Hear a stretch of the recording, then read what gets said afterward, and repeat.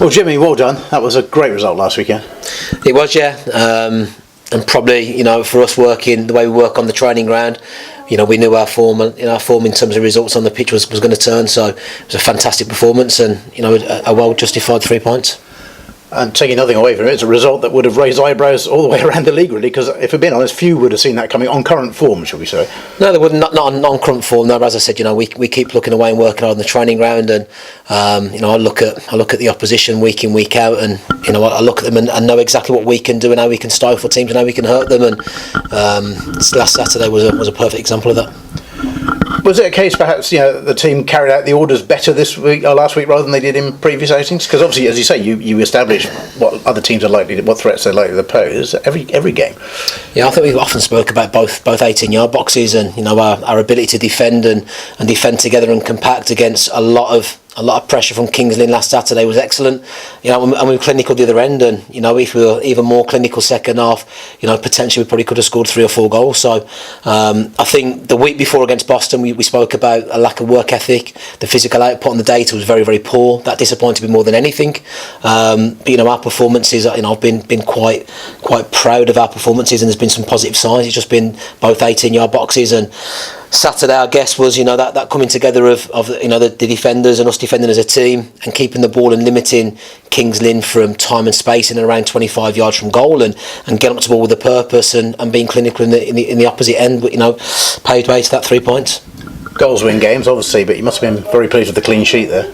We were, yeah, and probably long overdue. I think we spoke last week about the nature of the goals that we've conceded. We've conceded some real sloppy goals, and goals that people have lapsed in concentration, and us not being us without the ball, and for Will as well, who's been an important player for us and made some fantastic saves, some big moments in games. I'm delighted for him. So then, the challenge now, of course, is to back it up. 100%, yeah. Russ spoke to me last week that we've not gone back-to-back wins, so that's a nice target. Obviously we're going to come into this game now at a home game in front of our own crowd, full of energy, full of confidence from the result against Kings Lynn, and for us it's building blocks now. So we utilise that 3 points and that performance as a building block now for from now to the end of the season. Darlington presumably will be a different sort of challenge. What you see as being their major threat? I think most teams will have very, very good offensive players, and that'll be their biggest threat. Looking at them, they're no different. They've got a real energy in around that final third. They've got a 9 who wants to play on the shoulder and penetrate and threaten behind, and that's something we've got to be mindful of. We've got to be mindful of making sure they don't have time and space so they can lift their eyes and find these runs, because he's very, very, very clever and very, very dynamic with his movements. So it'll be the top end of the pitch that will be an area we'll need to pay special attention to. You use the word energy there, and that's, you've already alluded to it, really. That was the difference between the Boston performance and the Kings Lynn performance, really. Those energy levels were much better at Kings Lynn. They were, yeah. And again, going back into looking at the data that were provided, we almost played with an extra player on the pitch this week, which obviously gives you that ability to stay within a game, to be able to compete with and without the ball. And for me, it's a non-negotiable. You work hard, you run around. If you don't work hard and run around, you don't play. It's as simple as that. So pleasing that the team, everyone to a man, their physical output and the way that they performed was very, very, very, very good and very, very high on Saturday. Presumably when you came back in for training this week, you could almost see an extra spring in the step after that result at Kings Lynn. Yeah, and I have to say, listen, sometimes results and wins can paper over the cracks. So we've done no different in terms of looking at the game and reviewing the game. And was it a good performance? Yes. Was it a good result? Yes. Were there things that we weren't happy with? Of course there was. So we analyse the games, to see the things that we can do better, things that we do well, and we've done no different this week. So we've not kind of come in and foot off the gas and it's a great mood and here we go. Listen, now it's down to work now. We've got to utilise this as a springboard. We need to take the momentum now into our 14 remaining games of the season. You're clocking up the miles at the moment, aren't you? Really, you've been to Boston, you've been to Kings Lynn. Okay, you're here on Saturday, but then you go to Farsley on Tuesday night, and then you go to Gateshead. We are, yeah.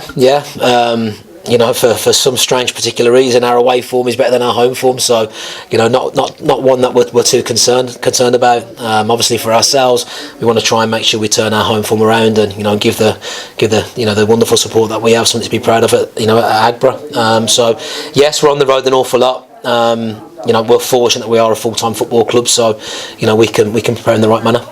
Yes, that home form has been surprising in many ways, really, because it has been sort of below par this season. It has, yeah.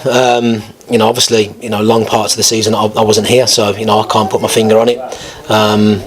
Our away form has been excellent. I think a stat 2 weeks ago, our away form would be 8th in the league, and our home form we were 21st in the league. So it's definitely something we've got to turn around, and hopefully building blocks, as I keep saying and alluding to, and work on the training pitch, and us getting closer and closer to where we want to be and how we want to play. We will most definitely turn the form around at home.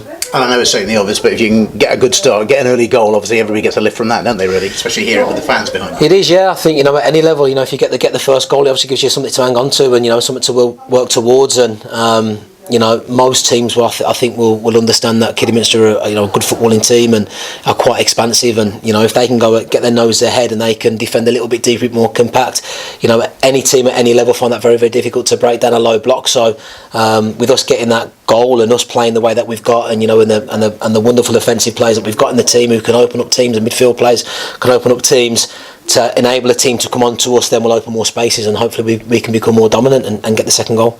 In terms of your squad, how are you looking for the weekend?